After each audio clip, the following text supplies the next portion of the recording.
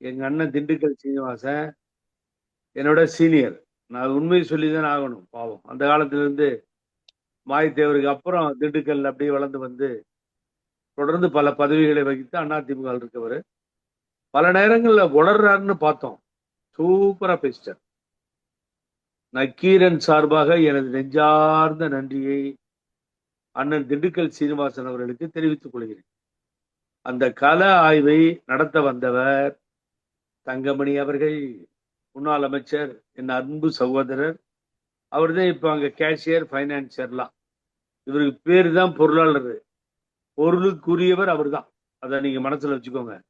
அவர் அங்க வந்து விசிட் பண்ணியிருக்காரு. அப்போ இந்த கள ஆய்வு இன்னும் ஸ்டார்ட் ஆச்சு. மனுஷன் ஒரு உண்மையை சொல்றது கூட ஒரு லிமிட் இருக்கு. இப்படியா எல்லாத்தையும் கொட்டுடுவார் வளரி? எல்லா உண்மையும் சொல்லிட்டாரு சார். ஒண்ணும் விடல.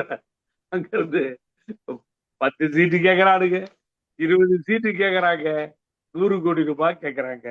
அவர் சொன்னது உண்மைதானா? 50 கோடி 100 கோடி அப்படின்னு கேட்கறது உண்மைதானா? அந்த மாதிரி விஷயத்தெல்லாம் சீனிவாசன் போய் பேச மாட்டார். எப்பயுமே உண்மைதான் பேசுவார் அண்ணன். அன்னைக்கே மீண்டும் முதல்வராக ஸ்டாலின் தொடரணும், எல்லாரையும் ஒருங்கிணைத்து பெண்கள்லாம் வச்சு ஓட்டு போட வச்சு ஸ்டாலின் முதலமைச்சர் ஆவதற்கா பாடுபடுவோம்னு சொன்னாரா இல்லையா? அப்படி உண்மைதான் பேசுவார். தப்பா பேசவே மாட்டார்.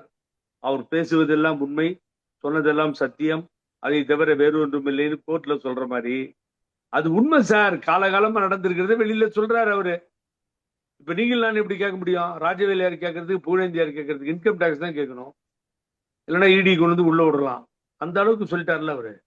அவர் 100 கோடி கேட்கறாங்க, 200 கோடி கேட்கறாங்க. யார் கூட்டணியில இருக்காங்க? அன்னி பிரேமலதா தான் இருக்காங்க, கேப்டன் கட்சி. அப்புறம் அவங்கள கேட்டா அவரே போய் கேளுங்கன்னு அவங்க ஸ்டைல்ல சொல்லிட்டு போயிட்டாங்க. அவர் அண்ணன் சீனிவாசனே கேளுங்கன்றாங்க. கேட்காமலையா 4 மந்திரி தேடிட்டு போய் கை காலில் விழுந்து ஒரு தோட்டம்னு ஒரு தோட்டம் இருக்க, அந்த தோட்டத்துக்கு போய் அலைன்ஸை ஏற்படுத்தினாங்க. நாடே பேசிச்சு இல்லை இது மாதிரின்னு சொல்லி. அது அவங்க வந்து வேற மாதிரி சொன்னாலும் அப்படிதானே சார்.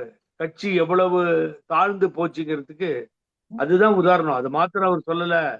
நீங்க வந்து கூட்டணிக்கு பணம் கொடுத்தது கோடி கோடியா கொடுத்து கூட்டணி கூப்பிட்டா வரமாட்டேன்றாங்க, கோடி கோடியே கேட்கறாங்கன்னு சொன்னது மாத்திரம் உண்மை அல்ல. அதுக்கு பின்னாடி அடிச்சார் பாருங்க அவரு. ரொம்ப சூப்பர்.